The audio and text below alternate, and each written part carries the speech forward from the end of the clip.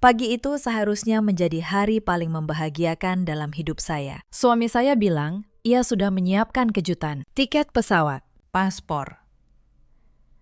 Semua sudah beres. Saya kira kami akan berangkat umroh berdua, seperti yang lama saya impikan. Tapi amplop yang saya temukan di dalam tasnya membuat dunia saya runtuh dalam sekejap. Di dalamnya ada dokumen umroh untuk 2 orang, atas nama suami saya dan seorang perempuan lain. Foto di paspor itu bukan wajah saya. Suami saya hendak membawa perempuan simpanannya ke Tanah Suci. Memakai uang saya, memakai nama baik saya. Ia pikir saya tidak akan tahu apa-apa. Ia pikir saya hanya istri penurut yang bisa ditinggal kapan saja. Tapi ia lupa satu hal, rumah yang ia tinggali, mobil yang ia pakai, bahkan bisnis yang ia bangga-banggakan di depan keluarganya. Semuanya berdiri di atas nama saya. Dan saat mereka berdua sudah berdiri di ruang tunggu bandara, siap terbang, saya sudah menandatangani sesuatu yang akan membuat mereka kehilangan segalanya. Dalam 1 hari. Halo!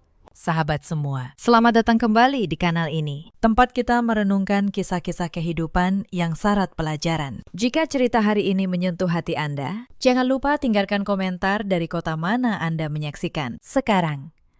Mari kita mulai. Nama saya Renata Maheswari. Usia saya 34 tahun. Saya pemilik sebuah rumah mode yang cukup dikenal di Jakarta, dengan butik di kawasan Pondok Indah dan sebuah gudang produksi di Tangerang. Sudah 12 tahun saya membangun semuanya dari nol. Dulu, saya hanya menjahit di kamar kontrakan kecil di Depok. Modal saya waktu itu 5 juta rupiah. Hasil menabung sambil bekerja paruh waktu. Sekarang, omset usaha saya menyentuh angka miliaran setiap tahun. Saya punya 40 karyawan yang menggantungkan hidup pada bisnis ini. Saya bukan perempuan yang mudah dibodohi. Saya terbiasa membaca laporan keuangan, menilai kontrak, dan mencium kebohongan dari angka yang tidak masuk akal. Tapi soal rumah tangga sendiri, saya memang lengah.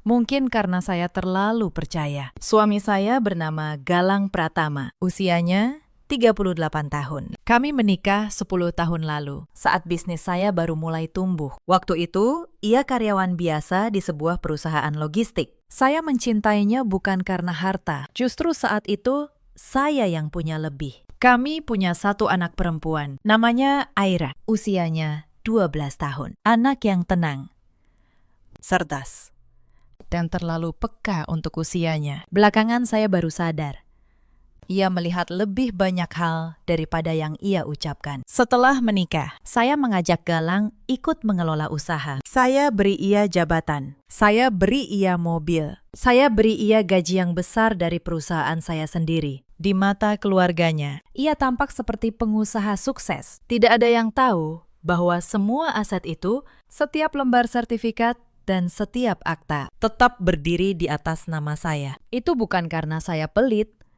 Itu karena notaris saya, Pak Hendra, sejak awal menasihati agar aset usaha dipisahkan dari aset pribadi. Saya menurut tanpa banyak berpikir. Saya tidak tahu 10 tahun kemudian. Nasihat itulah yang akan menyelamatkan hidup saya. Tahun-tahun pertama pernikahan kami sebenarnya baik. Galang tampak mendukung saya. Ia ikut menemani saya ke pameran, membantu mengangkat barang, sesekali menemui pemasok. Saya merasa beruntung punya suami yang mau berjuang bersama. Saya tidak sadar, perlahan perannya berubah dari pendamping menjadi penikmat. Begitu bisnis membesar, Galang berhenti bekerja keras. Ia mulai menikmati gelar pengusaha tanpa menanggung bebannya. Ia lebih sering pergi ke kafe mahal bersama teman-temannya, memamerkan mobil, bercerita tentang usaha kami, seolah-olah itu kerajaannya. Saya membiarkannya. Saya pikir, biarlah ia merasa bangga. Asal rumah tangga kami baik-baik saja. Retakan pertama yang saya rasakan muncul sekitar 2 tahun lalu. Saat itu saya menawarkan agar sebagian saham perusahaan dialihkan ke Aira sebagai jaminan masa depan anak kami. Galang menolak keras. Ia bilang, "Untuk apa buru-buru? Nanti saja. Semua kan akhirnya jadi milik keluarga." Saya tidak mengerti penolakan itu saat itu. Sekarang saya paham. Ia tidak ingin aset itu jatuh ke tangan Aira. karena ia punya rencana lain untuk aset itu. Rencana yang tidak melibatkan saya dan tidak melibatkan anak kami. Sejak itu, sikap Galang berubah sedikit demi sedikit. Ia mulai menganggap pendapat saya tidak penting. Ia memutuskan banyak hal sendiri. Lalu memberitahu saya belakangan ketika saya protes. Ia bilang saya terlalu mengatur. Ketika saya diam, ia bilang saya tidak peduli. Apapun yang saya lakukan selalu salah di matanya. Saya bertahan karena Aira. Saya tidak ingin anak saya tumbuh tanpa ayah. Saya pikir selama tidak ada kekerasan, selama rumah tetap utuh, saya bisa menahan semuanya. Saya keliru karena ada bentuk pengkhianatan yang jauh lebih menyakitkan daripada tamparan, yaitu dikhianati dengan senyuman oleh orang yang setiap malam tidur di sisimu. Saya perlu menjelaskan dulu soal rumah kami. Rumah kami ada di kawasan Pondok Indah. Rumah 2 lantai dengan halaman yang cukup luas. Di sana juga tinggal ibu mertua saya, Bu Sukma, dan adik ipar saya, Nadia. Mereka pindah ke rumah itu 5 tahun lalu. Katanya hanya sementara. Tapi sementara itu tidak pernah berakhir. Bu Sukma sebenarnya tidak banyak menuntut. Ia perempuan tua yang lebih suka diam, tapi Nadia berbeda. Adik ipar saya itu usianya 30 tahun, belum menikah, dan punya cara memandang yang selalu membuat saya tidak nyaman. Seolah ia sedang menghitung sesuatu setiap kali menatap saya. Selama bertahun-tahun, saya mengira saya sudah memberikan segalanya untuk keluarga ini. Saya kira kesetiaan dibalas dengan kesetiaan. Saya keliru. Saya masih ingat awal mula keretakan itu. Sekitar 3 bulan sebelum pagi yang menghancurkan tadi, Galang mulai sering pulang larut. Alasannya selalu sama. Rapat dengan klien, lembur mengejar proyek. Padahal saya tahu persis, perusahaan tidak sedang mengejar proyek apapun. Beberapa kali saya mencium aroma parfum perempuan menempel di kemejanya. Aroma bunga yang manis dan asing. Bukan parfum yang saya pakai. Saya diam saja. Saya pikir mungkin hanya bau di lift kantor. Lalu ada perubahan lain yang lebih halus. Galang mulai banyak bertanya soal bisnis. Bukan soal strategi, melainkan soal kepemilikan. Suatu malam ia bertanya, dengan nada yang dibuat santai. Renata, sebenarnya rumah ini atas nama siapa sih? Saya menjawab sekenanya. Atas nama saya, Mas. Kenapa? Ia tersenyum tipis. Gak apa-apa, cuma penasaran. Suami istri kan sama saja. Saya tidak menaruh curiga saat itu. Tapi pertanyaan itu terus mengganggu saya.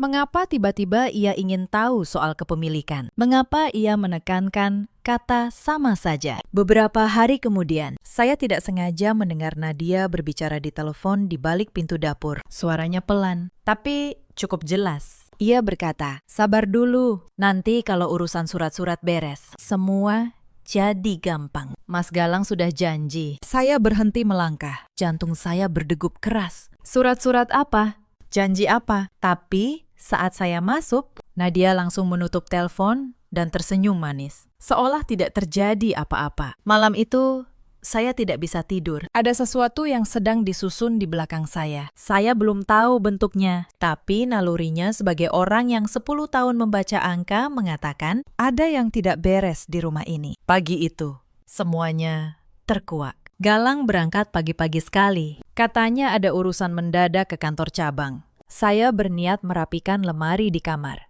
memilah pakaian lama untuk disumbangkan. Saat saya mengangkat setumpuk kemejanya, sebuah amplop coklat tebal jatuh dari balik lemari. Amplop itu terlihat baru, tidak berdebu, tidak lusuh. Dengan perasaan aneh, saya membukanya. Isinya membuat napas saya tertahan. Dokumen perjalanan umroh untuk 2 orang. Paket VIP 9 hari. Berangkat 3 hari lagi. Nama yang tercantum adalah Galang Pratama dan seorang perempuan bernama Selena Anggraini. Saya membaca ulang nama itu. Selena Anggraini, bukan nama saya. Saya membalik halaman, mencari foto yang terlampir. Wajah perempuan muda, mungkin awal 20-an, dengan senyum yang dibuat manis. Saya tidak mengenalnya, tangan saya gemetar. Tapi pikiran saya justru menjadi sangat dingin. Bertahun-tahun membaca laporan keuangan mengajarkan saya satu hal. Saat masalah datang, jangan menangis dulu. Kumpulkan dulu semua datanya. Saya duduk di tepi ranjang. Saya ingat percakapan seminggu lalu. Galang bilang, ada dinas ke Malaysia selama 9 hari. Saya sempat menawarkan ikut. Ia menolak halus. Katanya jadwalnya padat. Sekarang, saya tahu Malaysia itu tidak pernah ada. Yang ada adalah tanah suci. Dan seorang perempuan asing yang memakai tempat saya. Saya belum sempat berdiri ketika pintu kamar terbuka pelan. Aira berdiri di sana, masih mengenakan seragam sekolahnya. Anak saya menatap amplop di tangan saya, lalu menatap mata saya. Dan yang ia ucapkan membuat lutut saya lemas. Bunda sudah tahu, ya, katanya pelan. Aira sudah lama mau cerita. Saya menariknya duduk di samping saya. Saya berusaha bicara setenang mungkin. Cerita apa, Nak? Bunda mau dengar semuanya. Aira mengeluarkan ponselnya dengan tangan kecil yang bergetar. Ia membuka galeri foto. Ada beberapa tangkapan layar percakapan. Ia menemukannya tanpa sengaja, katanya. Saat meminjam tablet ayahnya untuk mengerjakan tugas. Saya membaca pesan-pesan itu satu persatu. Galang dan perempuan bernama Selena. Percakapan yang mesra, penuh rencana, dan satu kalimat yang membuat dada saya terasa diremas. Galang menulis, "Sabar ya, sayang." Habis dari sana, semua harta dia akan jadi milik kita berdua. Saya menutup mata sejenak. Bukan air mata yang keluar, yang muncul justru kejernihan. Mereka tidak hanya berselingkuh. Mereka sedang merencanakan untuk mengambil semua yang saya bangun. Aira pintar, kata saya. Mencium kepala anak saya. Sekarang, Aira tidak usah khawatir. Ini urusan orang dewasa. Bunda yang akan beresin. Tapi satu hal, Nak, jangan pernah bilang ke siapapun kalau Aira sudah kasih ini ke Bunda. Janji, ya? Aira mengangguk. Anak itu di usia 12 tahun lebih bisa menjaga rahasia daripada ayahnya sendiri. Setelah Aira berangkat sekolah, saya membuka laptop. Sebagai pemilik perusahaan, saya punya akses ke seluruh rekening, termasuk rekening bersama yang saya buka untuk keperluan rumah tangga. Mata saya menyisir setiap transaksi dalam 2 bulan terakhir, dan saya menemukannya. Transfer sebesar 45 juta rupiah ke sebuah rekening Biro Perjalanan Umroh. 10 hari yang lalu. Uang itu keluar dari rekening bersama. Artinya, uang itu sebagian besar berasal dari setoran usaha saya. Jadi ini bukan hanya soal pengkhianatan. Suami saya membawa perempuan lain ke Tanah Suci, dan ia membayarnya dengan uang istrinya sendiri. Saya menatap angka di layar itu lama sekali. Tapi malam itu, saya belum tahu bahwa pengkhianatan ini punya lapisan yang jauh lebih dalam. Esoknya, lapisan itu mulai terbuka. Sore hari, saat saya pulang lebih awal, saya mendengar suara Nadia dan Galang dari ruang tengah. Mereka tidak sadar saya sudah di rumah. Saya berhenti di balik dinding, dan saya mendengarkan. Pokoknya, begitu Mas berangkat, aku yang urus surat-suratnya, kata Nadia. Notaris kenalanku sudah siap. Renata cuma tinggal tanda tangan. Bilang saja itu surat perpanjangan izin usaha. Dia pasti percaya. Dia sibuk. Galang tertawa kecil. Pintar kamu. Kalau aset itu sudah pindah separuh ke namaku, dia tidak bisa apa-apa lagi. Saya berdiri kaku di balik dinding. Jadi inilah rencananya. Mereka akan memanfaatkan kepergian Galang untuk mengelabui saya. Mereka ingin saya menandatangani dokumen pengalihan aset. Dibungkus seolah-olah hanya urusan administrasi biasa. Saya mundur perlahan, keluar dari rumah tanpa suara. Lalu berdiri di mobil beberapa saat untuk menenangkan diri. Tangan saya dingin, tapi kepala saya sudah mulai menyusun rencana balasan. Keesokan paginya, saya menemui Pak Hendra, notaris yang menangani usaha saya sejak awal. Saya ceritakan semuanya. Amplop, percakapan, rencana pengalihan aset. Pak Hendra mendengarkan dengan tenang, lalu membuka berkas-berkas lama saya. Bu Renata, katanya pelan, sambil menata dokumen di meja. Saya rasa suami ibu tidak benar-benar paham posisinya. Coba lihat ini. Ia menunjukkan tumpukan sertifikat dan akta. Sertifikat rumah Pondok Indah atas nama Renata Maheswari. Akta pendirian perusahaan. Pemegang saham tunggal Renata Maheswari. Bahkan rumah lama tempat ibu mertua saya pernah tinggal sebelum pindah, yang dulu saya beli dan renovasi, juga atas nama saya. Suami ibu tidak punya satupun aset atas namanya sendiri, lanjut Pak Hendra. Yang ia bisa alihkan hanyalah harta yang memang miliknya. Dan menurut catatan ini, itu hampir tidak ada. Kalau ada surat pengalihan yang dibuat tanpa sepengetahuan ibu, dan ibu menandatanganinya karena ditipu, surat itu bisa dibatalkan demi hukum. Penipuan dalam pembuatan akta itu pidana. Bu, saya menahan napas. Selama ini saya merasa menjadi pihak yang dikepung. Ternyata sejak awal semua kunci ada di tangan saya. Mereka berencana mencuri rumah dari pemiliknya, tanpa sadar bahwa pemiliknya memegang seluruh kuncinya. Pak Hendra menatap saya. Ibu mau saya bantu siapkan apa? Saya menarik napas panjang. Lalu saya berkata, saya tidak mau menandatangani surat mereka. Sebaliknya, saya mau Bapak siapkan beberapa surat lain. Saya akan tanda tangani semuanya. Dan saya minta semuanya rampung sebelum suami saya berangkat 3 hari lagi. Saya menjelaskan rencana saya. Pak Hendra mengangguk perlahan. Dan untuk pertama kalinya hari itu, ia tersenyum. Bu Renata, katanya, selama belasan tahun saya menangani urusan banyak keluarga. Saya sering melihat perempuan yang dikhianati lalu kehilangan segalanya karena mereka tidak tahu hak mereka sendiri. Ibu beda. Ibu menyiapkan diri tanpa sadar sejak 10 tahun lalu. Sekarang, tinggal kita gunakan dengan benar. Kata-kata itu menguatkan saya. Saya pulang dari kantor Pak Hendra dengan kepala tegak. Tapi saya tahu hari-hari ke depan akan menjadi yang paling berat. Saya harus tetap berpura-pura, hidup di bawah satu atap dengan orang-orang yang sedang merencanakan kehancuran saya, sambil diam-diam menyusun balasan. Pulang ke rumah malam itu, ujian pertama langsung datang. Galang sedang duduk di ruang tengah bersama Nadia. Begitu saya masuk, mereka berhenti bicara. Seperti biasa, Galang menatap saya dengan senyum yang dibuat-buat. Dari mana? Renata.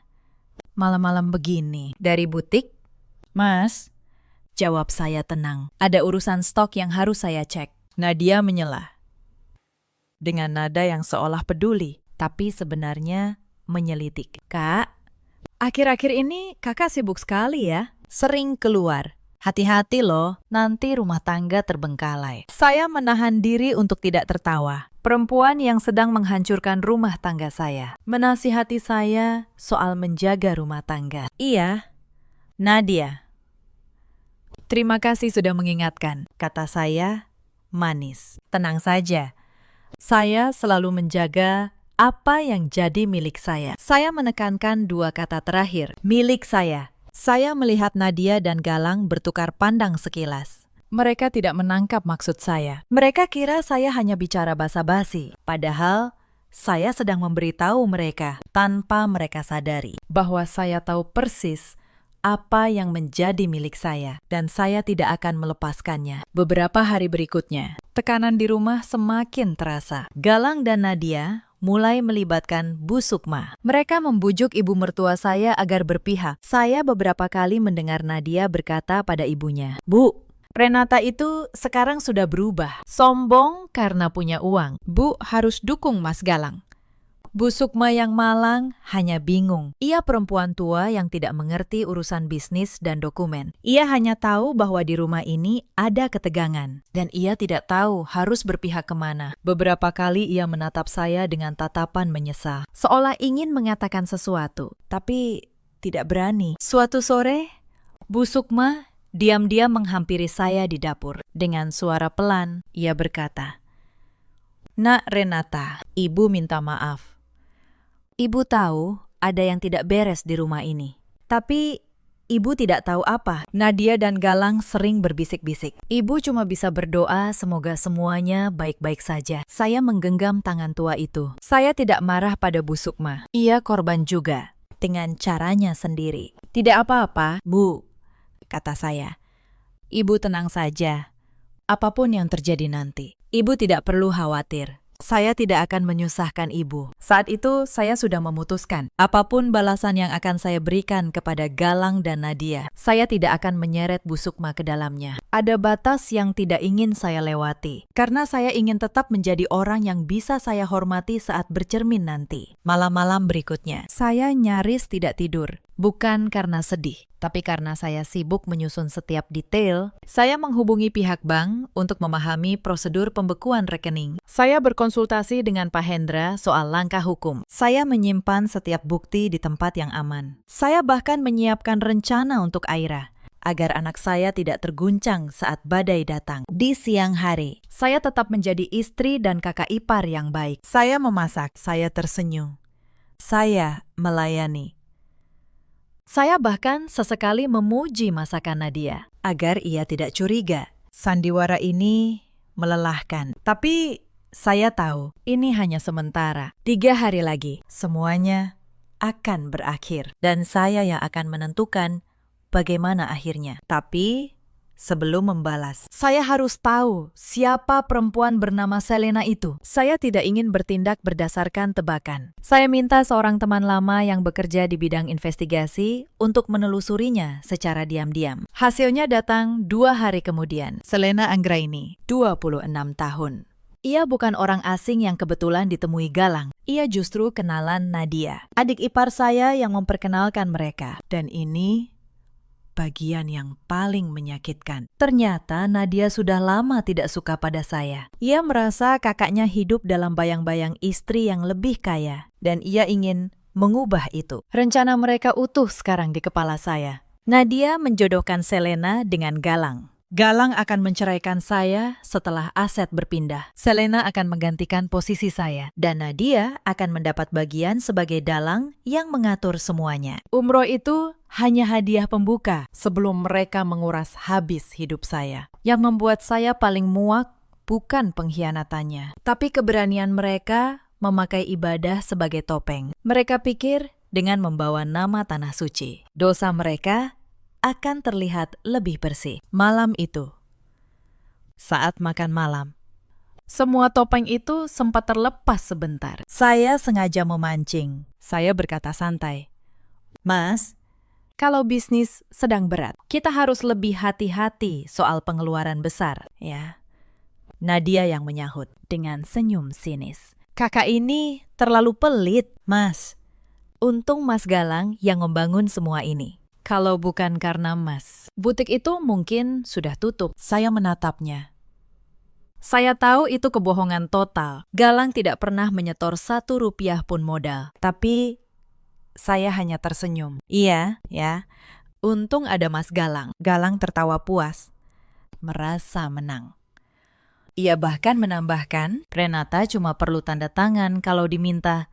Urusan besar, biar laki-laki yang pikir." Saya menundukkan kepala, pura-pura patuh. Di dalam, saya mencatat setiap kata. Numpang nama, tinggal tanda tangan. Mereka benar-benar mengira saya hanya perabot yang bisa dipindah-pindah. Mereka tidak tahu, malam itu juga, surat-surat yang akan menjatuhkan mereka sudah siap di laci kantor saya. Sejak hari itu, saya mulai memperhatikan segalanya dengan lebih teliti. Dan semakin saya perhatikan, semakin jelas betapa dalam pengkhianatan ini sudah berakar. Bukan baru sebulan 2 bulan, ini sudah berbulan-bulan disusun. Sementara saya sibuk bekerja keras untuk keluarga yang diam-diam merencanakan kejatuhan saya. Suatu sore, Bu Asi, asisten rumah tangga yang sudah ikut saya hampir 8 tahun, menghampiri saya dengan ragu. Ia perempuan sederhana, tapi setia. "Bu Renata," katanya pelan, "maaf kalau saya lancang, tapi saya sering melihat Mas Galang dan Mbak Nadia bicara berdua di ruang belakang. Kalau saya lewat, mereka langsung diam. Saya jadi tidak enak hati." Saya menggenggam tangannya. "Terima kasih, Bu Asih. Tolong, kalau Ibu lihat atau dengar apapun lagi, beritahu saya. Tapi jangan sampai mereka tahu Ibu cerita ke saya." Bu Asih mengangguk. Sejak hari itu, saya punya sepasang mata tambahan di rumah saya sendiri. Dan apa yang ia sampaikan beberapa hari kemudian membuat saya semakin paham. Galang dan Nadia bahkan sudah membahas pembagian. Berapa yang akan jadi milik Galang, berapa yang akan jadi milik Nadia, sebagai jasa mengatur semuanya. Mereka membagi-bagi harta saya seperti membagi kue di rumah saya. Dengan uang saya yang membayar listrik dan makanan mereka. Beberapa malam kemudian, Galang menunjukkan wajah aslinya dengan lebih terang. Saat saya menolak memberi tambahan dana untuk apa yang ia sebut keperluan mendadak, ia membentak. "Kamu ini istri macam apa? Suami minta sedikit saja susah. Dasar perempuan perhitungan." Aira yang sedang belajar di meja makan terkejut. Saya melihat anak saya menunduk, menahan air mata. Galang bahkan tidak peduli anaknya ada di sana. Ia melempar kata-kata kasar, lalu pergi ke kamar sambil membanting pintu. Malam itu, saya memeluk Aira dan berjanji dalam hati, tidak akan saya biarkan anak ini tumbuh dengan menganggap perlakuan seperti itu wajar. Esoknya, saya menemui Pak Hendra lagi. Kali ini bukan hanya untuk berkonsultasi, tapi untuk mengeksekusi langkah pertama. Saya minta ia menyiapkan dokumen-dokumen yang akan saya butuhkan. Saya juga mulai mengamankan salinan seluruh sertifikat dan akta di tempat yang aman, jauh dari jangkauan Galang dan Nadia. Saya tidak mau di saat genting ada dokumen penting yang tiba-tiba hilang. Sementara itu, di rumah, sandiwara saya terus berlanjut. Saya tetap memasak, tetap tersenyum, tetap bersikap seperti istri yang tidak tahu apa-apa. Galang semakin yakin rencananya berjalan mulus. Ia semakin sering bertemu Selena, semakin terang-terangan. Nadia semakin percaya diri. Mereka tidak sadar, setiap langkah sombong mereka justru memperkuat berkas yang saya kumpulkan. Suatu hari, saya bahkan mendengar Nadia berkata pada ibunya, "Bu Sukma, Bu, sabar saja. Sebentar lagi, rumah ini benar-benar jadi milik keluarga kita. Renata itu cuma numpang mama. Dia tidak akan berani melawan Mas Galang." Bu Sukma, yang sebenarnya tidak tahu rincian rencana itu, hanya diam. Tapi kalimat Nadia itu menancap di kepala saya. Numpang mama. Mereka benar-benar membalik kenyataan. Saya, pemilik sah segalanya, dibilang numpang mama di rumah saya sendiri. Saya bisa saja meledak saat itu juga. Tapi saya tahan, karena saya paham. Kemarahan yang diumbar hanya membuat lawan waspada. Kemarahan yang disimpan, lalu dilepaskan di waktu yang tepat, jauh lebih menghancurkan. Saya memilih yang kedua. Akhir pekan itu, ada acara kumpul keluarga besar di rumah. Kerabat dari pihak Galang datang. Duduk di ruang tamu yang saya tata, menyantap makanan yang saya siapkan. Saya melayani mereka dengan senyum, seperti tuan rumah yang baik. Tapi di tengah obrolan, Galang melakukan sesuatu yang membuat saya benar-benar mengerti seberapa rendah ia menilai saya. Salah seorang pamannya bertanya tentang bisnis. Galang langsung menjawab dengan bangga, seolah semua itu hasil kerjanya. Alhamdulillah, usaha kami sekarang sudah punya banyak karyawan. Saya yang atur semuanya. Renata sih cuma bantu-bantu di belakang. Bantu-bantu di belakang. Bisnis yang saya bangun dari kontrakan kecil di Depok. Dengan tangan saya sendiri. Dengan air mata dan malam-malam tanpa tidur. Ia sebut bantu-bantu. Saya berdiri di sudut ruangan, membawa nampan teh, dan hanya tersenyum. Nadia menambah luka itu. Iya. Untung Mas Galang ulet. Kakak Renata mah orangnya santai. Kalau bukan karena Mas Galang, mungkin usaha itu sudah lama tutup. Beberapa kerabat mengangguk-angguk. Percaya. Saya menuangkan teh ke cangkir mereka. Tetap tenang. Di dalam hati, saya mencatat setiap wajah yang ikut menertawakan saya hari itu. Bukan untuk membalas mereka, tapi untuk mengingat bahwa orang bisa dengan mudah memihak kebohongan yang terdengar menyenangkan. Hanya satu orang yang tidak ikut tertawa. Aira, anak saya berdiri di pintu dapur. Menatap saya dengan mata yang berkaca-kaca. Ia tahu kebenarannya. Dan ia tidak tahan melihat ibunya direndahkan. Saya menggeleng pelan padanya, isyarat agar ia diam. Belum saatnya. Malam setelah para tamu pulang, saya membereskan sisa-sisa pesta sendirian. Galang sudah tidur. Nadia sibuk dengan ponselnya. Bu Asih membantu saya mencuci piring. Dan dengan suara pelan ia berkata, "Bu, saya tidak tahan lihat ibu diperlakukan begitu. Ibu yang capek kerja, mereka yang menikmati." Saya tersenyum. Tidak apa-apa, Bu Asih. Biarkan mereka merasa menang sekarang. Nanti, semua akan menemukan tempatnya masing-masing. Beberapa hari kemudian, saya kembali memeriksa rekening. Kali ini lebih teliti. Dan saya menemukan sesuatu yang baru. Selain transfer 45 juta untuk umroh, ada beberapa transaksi mencurigakan lain dalam 3 bulan terakhir. Pembelian perhiasan di sebuah toko emas. Pembayaran sewa sebuah apartemen kecil di kawasan Tangerang. Transfer rutin ke rekening atas nama Selena Anggraini. Saya menelusuri lebih jauh. Apartemen itu, rupanya, adalah tempat Galang dan Selena bertemu selama ini. Dibayar dengan uang yang ia ambil dari rekening bersama setiap bulan.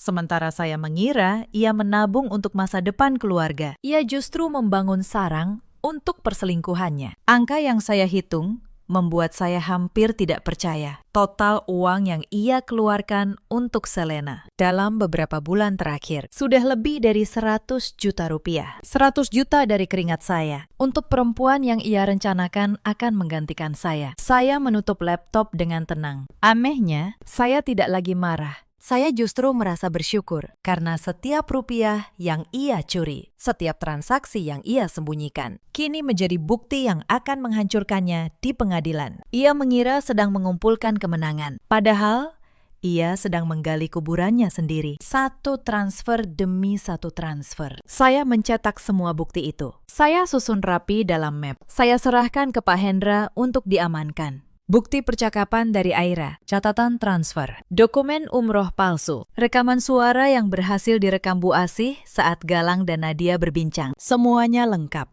Saya tinggal menunggu waktu yang tepat. Esok harinya, sebuah panggilan masuk ke ponsel saya. Dari nomor yang tidak saya kenal, saya angkat. Ternyata dari Biro Perjalanan Umroh Al Mabrur, petugasnya.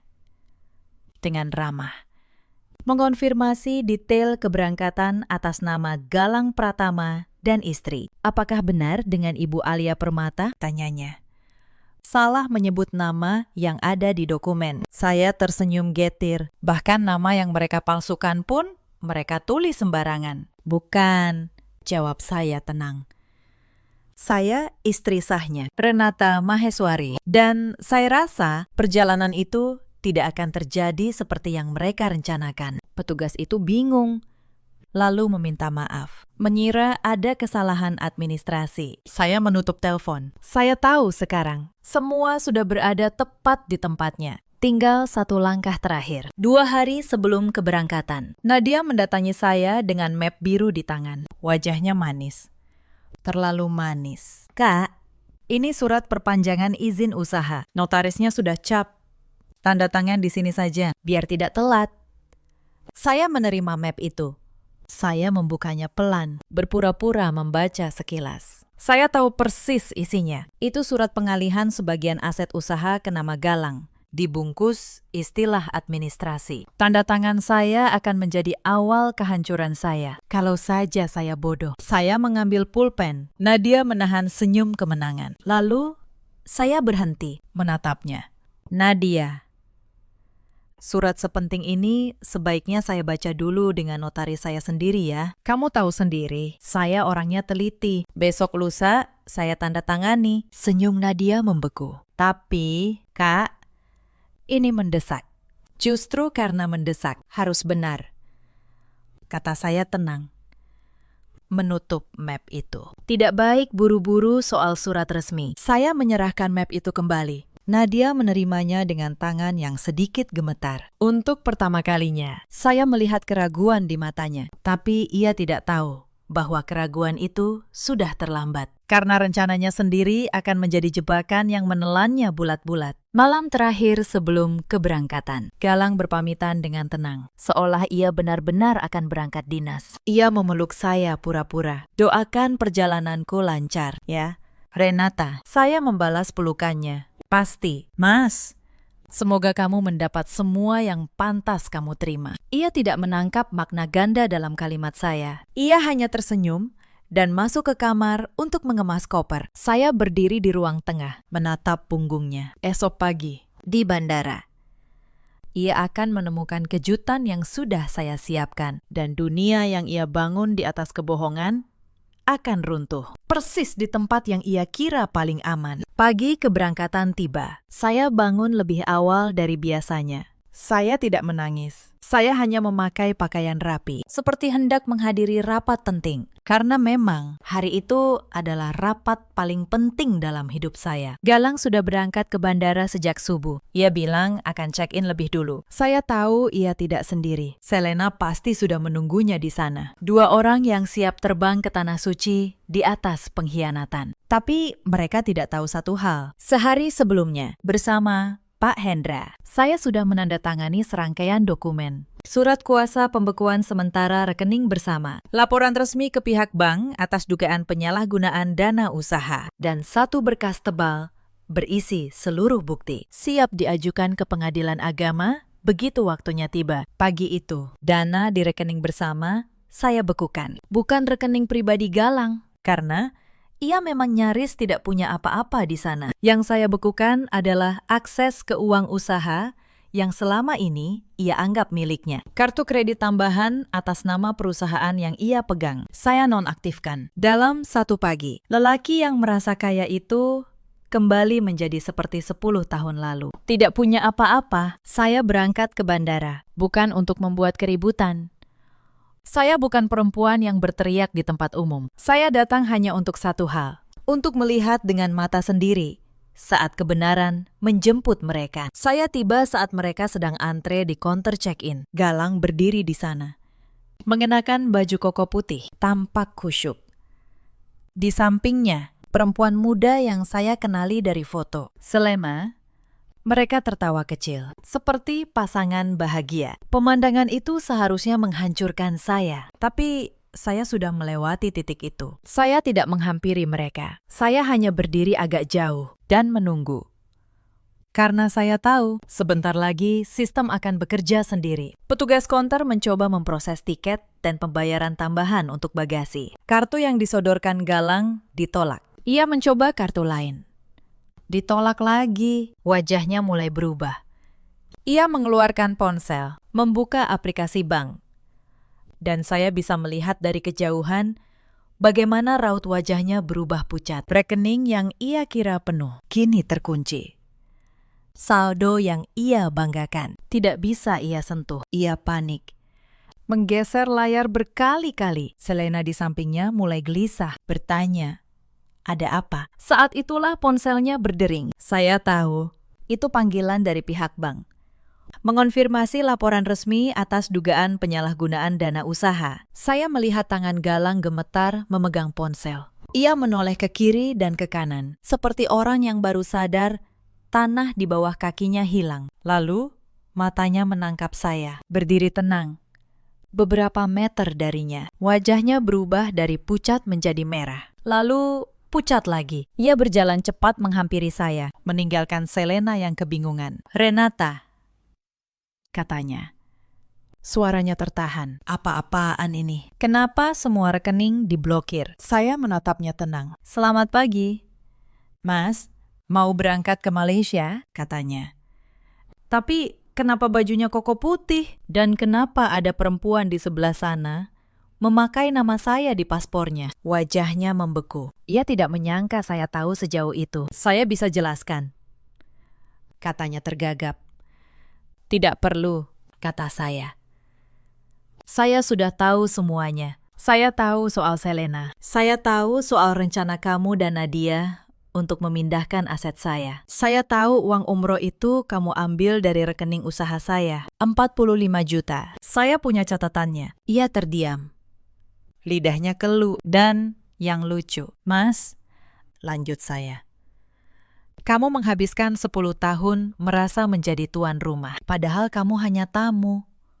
Rumah Pondok Indah itu atas nama saya. Perusahaan itu atas nama saya. Mobil yang kamu pakai atas nama perusahaan saya. Kamu mau memindahkan aset ke nama kamu, tapi kamu tidak punya satu pun aset untuk dipindahkan. Yang kamu punya cuma nama yang selama ini saya pinjamkan." Selena mendekat, mungkin mendengar sebagian. "Galang, ada apa?" "Katanya kamu pengusaha sukses. Katanya semua ini punya kamu." Saya menoleh padanya. Saya tidak membentak. Saya hanya berkata pelan, "Mbak, Saya turut prihatin, tapi sebaiknya Mbak tanyakan ke Mas Galang. Harta mana yang ia janjikan ke Mbak? Karena semua yang ia ceritakan itu milik saya. Dan saya tidak kemana-mana. Wajah Selena berubah. Kekecewaan, lalu kemarahan. Ia mundur selangkah, menatap Galang dengan tatapan yang berbeda. Topeng pengusaha sukses itu retak di depan matanya sendiri. Jadi selama ini kamu bohong, suara Selena meninggi. Kamu bilang rumah, mobil, bisnis. Semua punya kamu. Kamu bilang kita akan menikah setelah umroh ini. Ternyata kamu cuma suami yang numpang hidup di harta istrinya. Galang berusaha meraih tangan Selena. Sayang, dengar dulu. Aku bisa jelaskan, ini cuma masalah sementara. Selena menepis tangannya. Sementara, kartu kamu ditolak di depan banyak orang. Istri sah, kamu berdiri di sana. Dan kamu menyuruhku percaya ini sementara. Ia menyambar kopernya. Aku ditipu. Kalian semua menipu aku. Saya berdiri diam menyaksikan itu. Saya tidak merasa puas dan tidak juga kasihan. Saya hanya melihat kebenaran melakukan tugasnya. Perempuan yang mengira sedang merebut kekayaan baru sadar.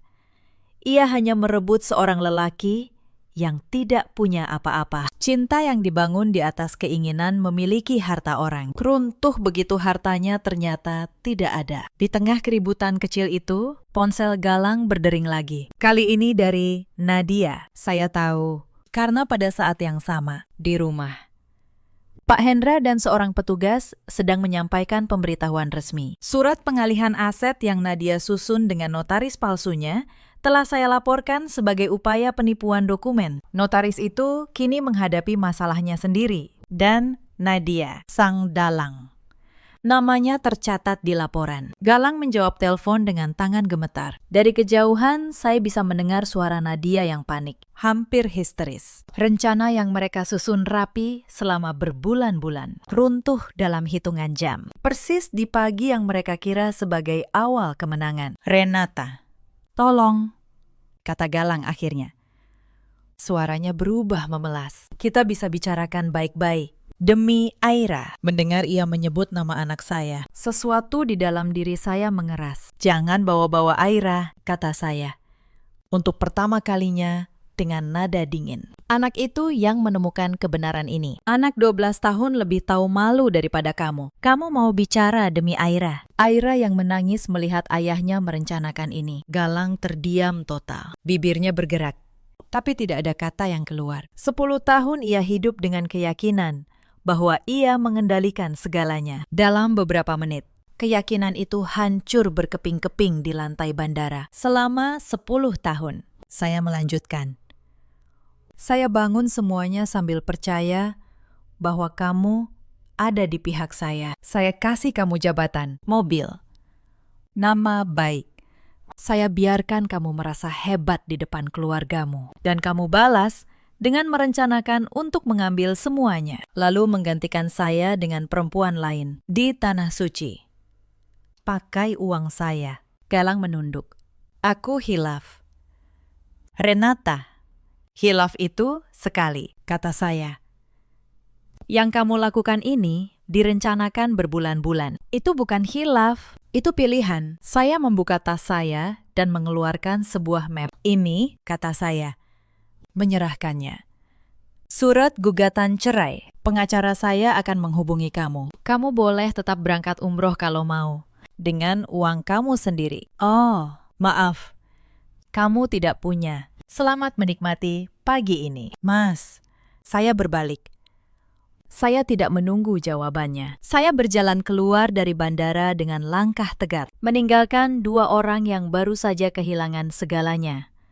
Di ruang tunggu yang seharusnya membawa mereka ke Tanah Suci. Hari-hari setelah itu berjalan cepat. Proses perceraian saya ajukan secara resmi, dengan bukti percakapan, catatan transfer, dan upaya penipuan dokumen yang gagal. Posisi saya sangat kuat. Pengacara saya menjelaskan bahwa karena seluruh harta usaha memang berdiri di atas nama saya dan dibangun dari kontribusi saya, Galang nyaris tidak punya dasar untuk menuntut bagian. Galang sempat mencoba melawan, Ia menyewa pengacara, mengajukan klaim atas harta bersama. Tapi di persidangan, semua catatan berbicara. Modal awal dari tabungan saya, akta perusahaan atas nama saya, sertifikat rumah atas nama saya. Hakim memutuskan bahwa kontribusi saya jauh lebih besar dan harta yang dipersengketakan tetap menjadi milik saya. Galang pulang dengan tangan kosong, persis seperti saat ia datang 10 tahun lalu. Nadia tidak lolos begitu saja. Upaya pemalsuan dokumen yang ia rancang berujung pada masalah hukum. Notaris yang ia gunakan